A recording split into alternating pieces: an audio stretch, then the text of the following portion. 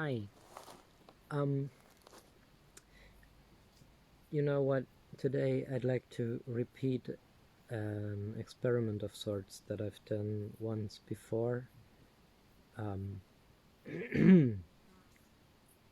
with very interesting results.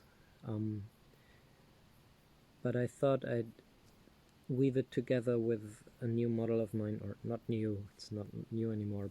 If you want to learn how to do it, there's a video how to tie it. And in my recent video with another introduction into spherical thinking, I also demonstrate this model. So the model is the one down here, and I'm gonna undo this in a second just so you get a sense. So the idea is we have a tensegrity structure here on the bottom. We have a board to kind of level the loads, and then we have a bucket that I'm going to fill with water, and on the bucket we have I marked out the lines that are on the inside, which I don't think are visible. I marked them out on the outside, so it's a liter, 2, 3, 4, and so forth. Yeah, so that's what I'm gonna do. I'm gonna fill this with water. But before that, let me just show you what kind of a model we have here, so you get a sense. And I like to think of this, I call this an 8-eyes, the shape. It's a dozen straws, in this case paper straws, with a cotton line that goes through the whole thing. And there's also, in this case, six such wooden beads involved on the corners here, and some tape in the ends of the straws to help them not rip as easily under tension, as well as skewers, like yeah, there's some in here. I'll just show you. So the point with this particular model is it is foldable, and that's incredibly useful in my mind, because this does not take up much room when it's folded like so. And just to give you a better sense of what's going on in here, that's the paper straws with these skewers in there, and these are just simple wooden skewers with a bit of line around them so they don't slide out. And one thing I need to make clear beforehand is that I have not checked these skewers in particular before I put them in here. Some of them are not structurally sound because the fibers run in a different direction than the skewer does. So I cannot tell how much the weakest one of those is gonna hold. But it's a synergetic system, so in general we can already say that it's gonna hold more than what meets the eye. And also I said this is one of my favorite models. Maybe I didn't think all the way through that, because I would also like to point out that it's a model of systems change, and when I say that, I'm also again inviting you to take a look at that video I just mentioned with another introduction into spherical thinking, which is synergetics, where I demonstrate this particular model in a little more context. But we can now see that the same thing that was very much capable of holding the shape of the 8-eyes before, and I've tied it another way, so now it's the connections are in the form of what we would call the cube, but this is a non-triangulated cube, so there is no cube. It's a nonstruct. It's not a construct because the triangles are missing. It's a transform, a dance form, can do lots of things actually, and in some ways we can even use it to make sensible stuff. See, that's good. That's good. But this couldn't hold the bucket because it's got a point on one end, a corner, and an eye on the other. So unless we put it on a tripod, which is another continuation of these three legs, it's gonna fall over, or we need to balance the bucket. Not good. Maybe two of them. No, that's too little to stabilize the next level. And this here, I just want to make this clear. The experiment, we could try to compare this to the eighteyes in terms of its maximum load with water. And I think the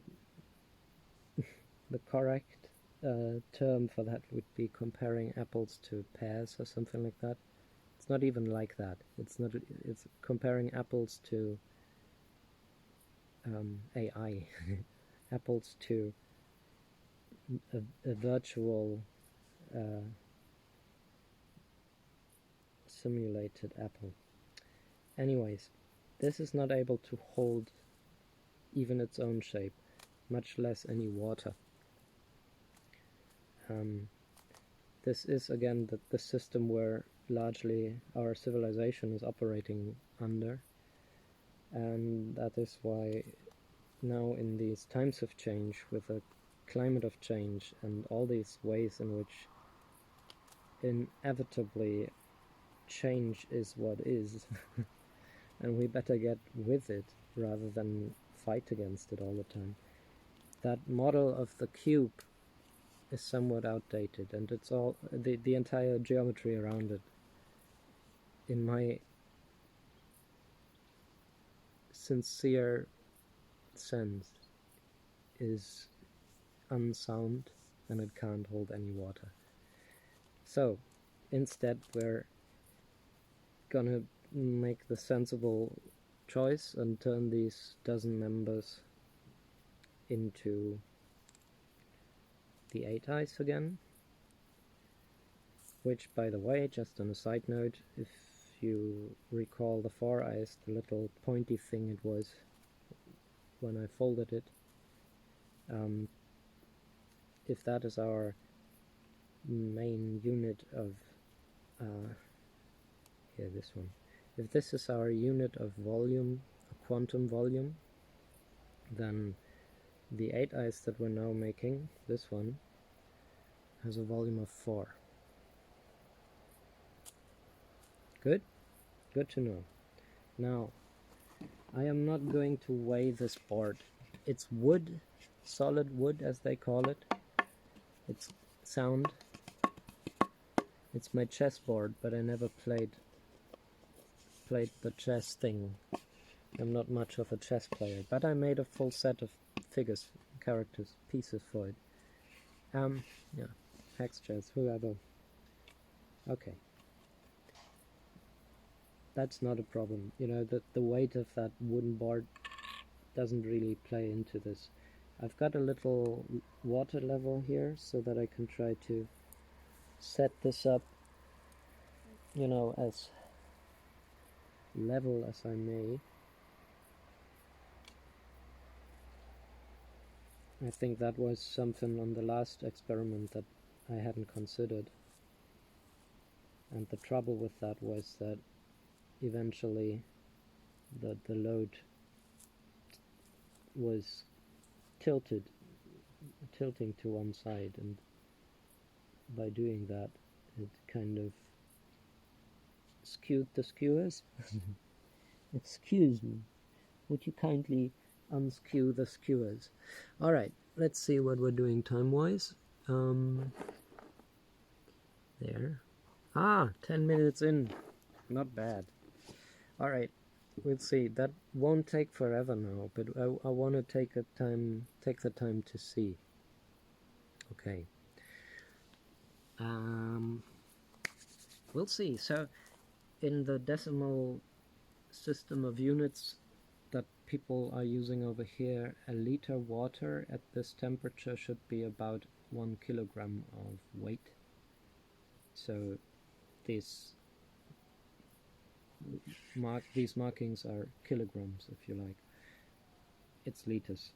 And we could talk about how much water, how big a 4-eyes, a quantum volume, needs to be to hold a liter of water, but not today.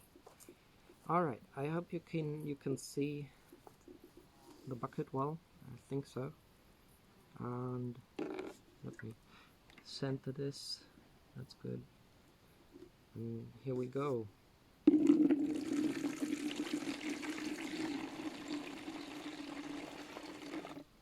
Okay, so that's a little more than a liter, I would think.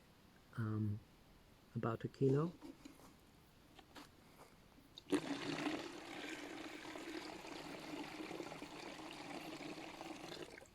There's 2.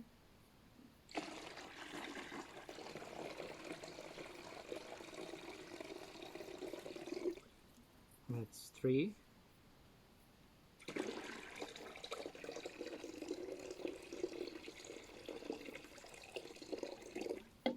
4.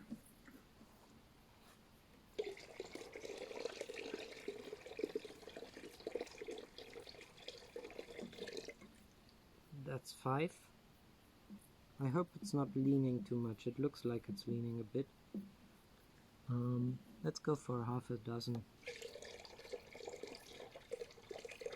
Oh! Okay. So I would say that was somewhere between 5 and 6 kilos, liters, maybe 5.5. Well, with that, we lost our integrity here of one of the members, and I think with that we kind of found the weakest link. But it's fine, you know, this is not too bad, because we'll just borrow one of these.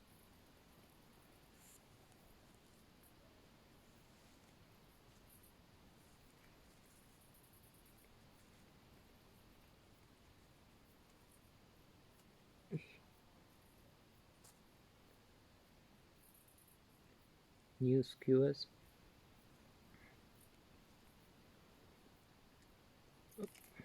Okay, so we replaced the one that bit the dust,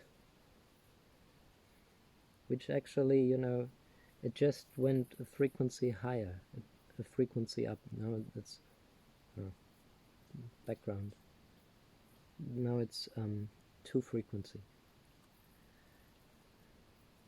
Oh. There's our little string that I had on it, so it wouldn't just slip out. But I think now that the straw is bent, it's unlikely that it will slip out. But anyways, we have the thing, we can put it back on. The little line. Tie a knot of belonging.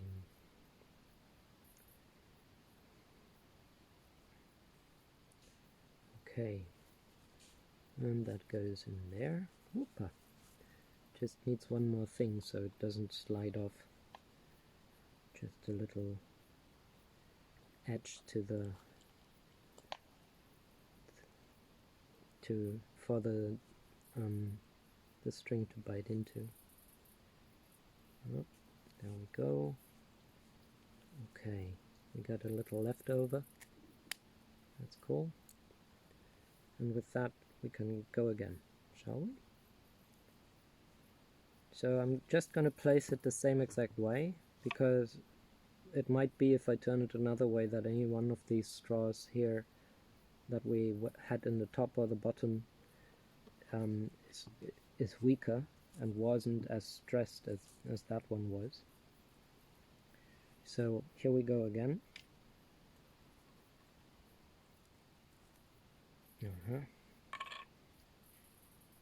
Well, I think that's pretty good.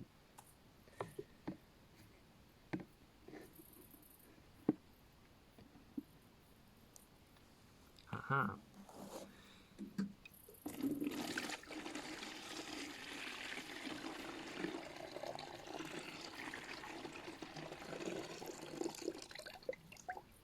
It does have a bit of a lean to it.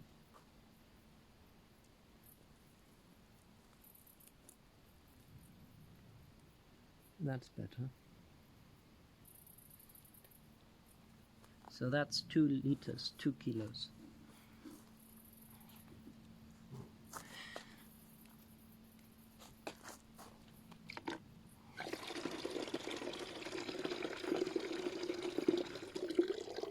Now we're at 3.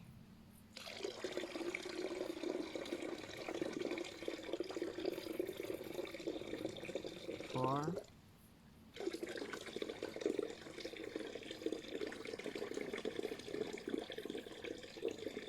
5.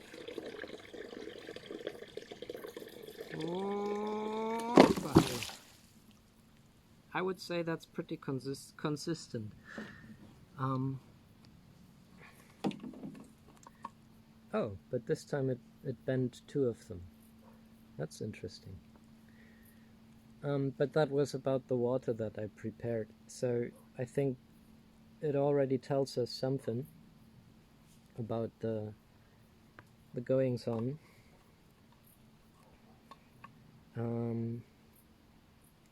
I produced some higher frequency skewers in the process. I have bent my paper straws beyond what they preferred. And we've basically shown that the combination of these materials, which are all pretty much about the, and by the way, I'm actually introducing a trouble here with the little marking with the knife, because I'm actually weakening the wood in the center. It's not the best way to do it, perhaps, but I can think about that another time. But you do see that the materials involved in this here demonstration, all of them are considered single use, like they are waste stuff waiting to happen. That's actually the same one that we switched.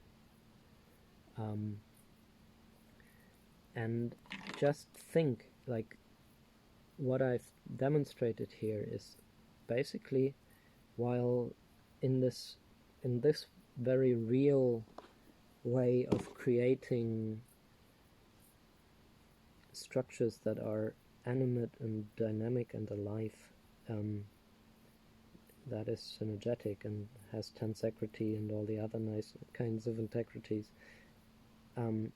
With that, I can use these single-use throwaway materials in a way that, is perhaps even surprising, because who would think that paper straws and wooden skewers and string without glue, well, some tape around the ends here so that it's not, it doesn't hurt the, like, otherwise if I hadn't had the tape around the masking tape around the straws here, the chances are that the string under high load, high tension would perhaps rip into the paper straws. That's why it's there. But you see, if instead of these materials I would be using steel pipes or aluminum or as I do trees,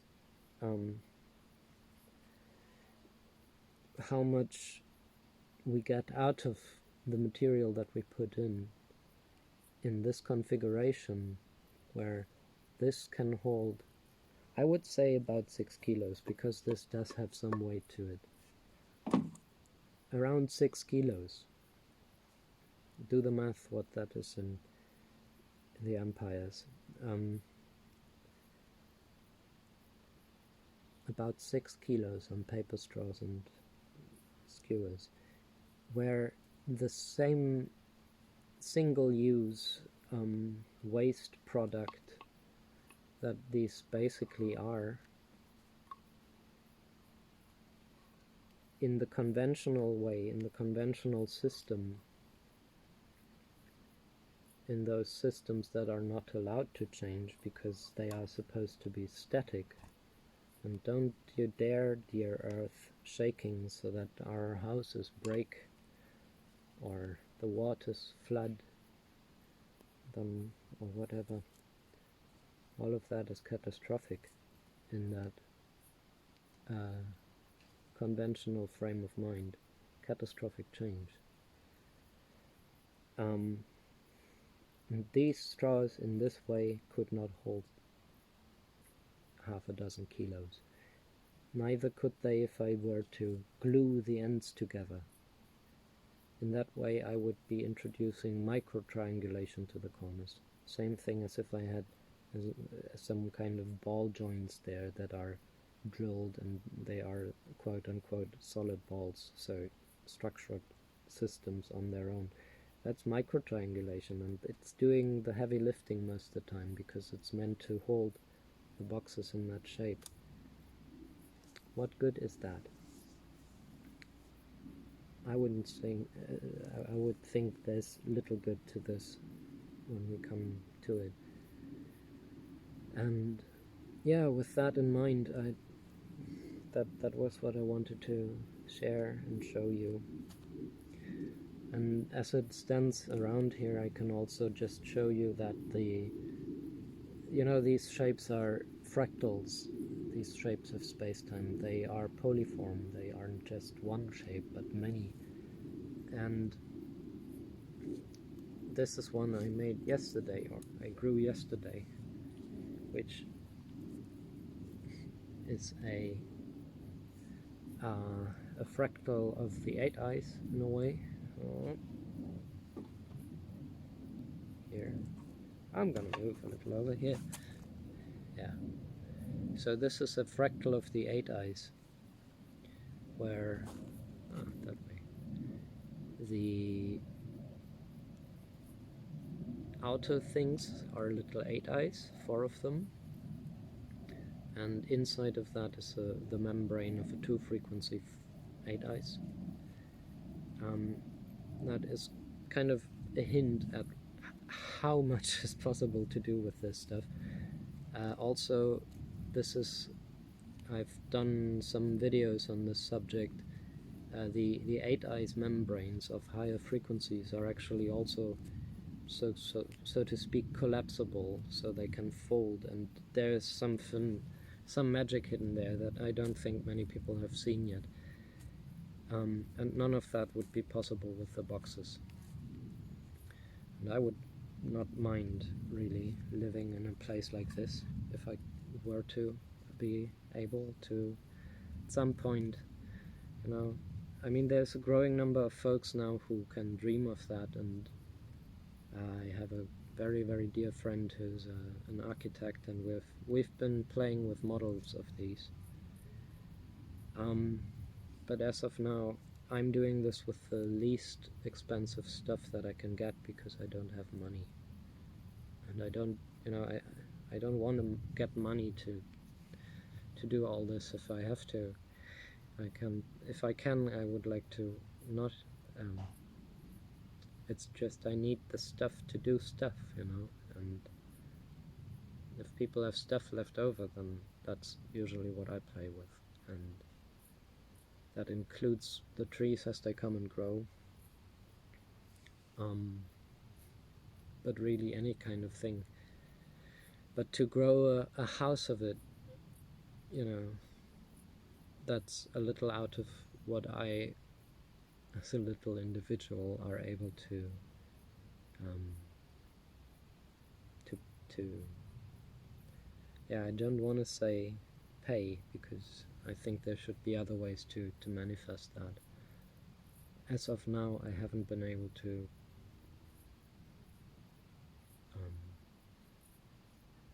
conjure, to evoke, to manifest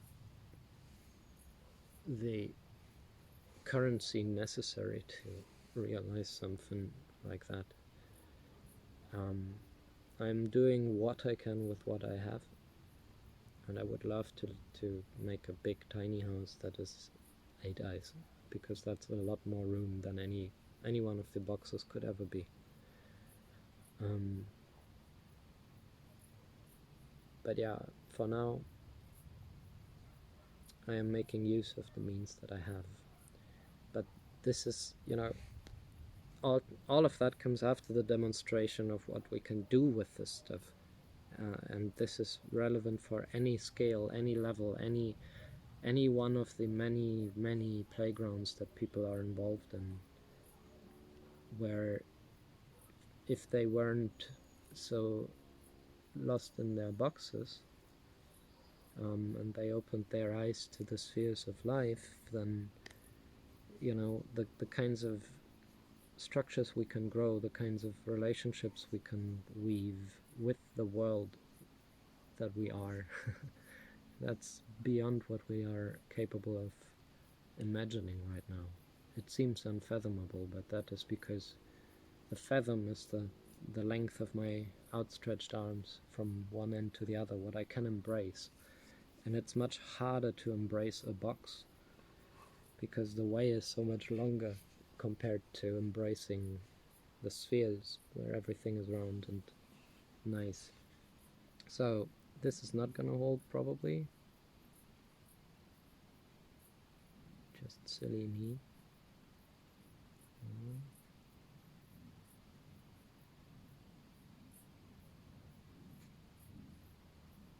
Something like that.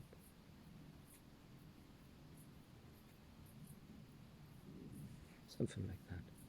Thank you for spending some time with me. I hope you enjoyed the site. Take care.